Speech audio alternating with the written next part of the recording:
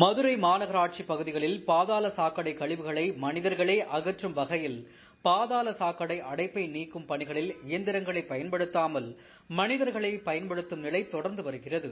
மதுரை மாநகராட்சி ஒப்புலா படித்துறை பகுதியில் பாதாள சாக்கடை அடைப்பு ஏற்பட்ட நிலையில் அதனை சுத்தப்படுத்தும் பணிகளில் மாநகராட்சி ஒப்பந்த பணியாளர்களை ஈடுபடுத்தும் காட்சியானது வெளியாகியுள்ளது.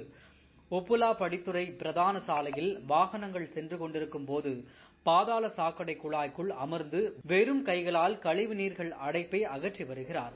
இதனைத் தொடர்ந்து அடுத்தடுத்து உள்ள பாதாள சாக்கடை குழாய்களையும் எந்தவித பாதுகாப்பு உபகரணம் இன்றியும் கையுறை எதுவும் இன்றியும் அவர் பணியில் ஈடுபடுத்தக்கூடிய நிலை காணப்பட்டது. மதுரை மாநகராட்சியில் பணிபுரியும் ஒப்பந்த தூய்மை பணியாளர்களுக்கான கையுறை மற்றும் உரிய பாதுகாப்பு உபகரணங்கள் இல்லாத நிலையில் இதுபோன்று பாதாள சாக்கடை அடைப்பு பணிகளை அகற்றுவதற்கு மனிதர்களையே தொடர்ந்து பயன்படுத்தும் நிலை தொடர்ந்து வருகிறது. தமிழக அரசு மனித கழிவுகளை மனிதர்களே அள்ளுவதற்கும் பாதாள சாக்கடைகளில் மனிதர்களை இயக்கி பணி செய்வதற்கும் தடை விதிக்கப்பட்ட நிலையிலும் மதுரை மாநகராட்சி பகுதியில் இதுபோன்ற நிலை தொடர்ந்து வருவது சர்ச்சையை ஏற்படுத்தியுள்ளது.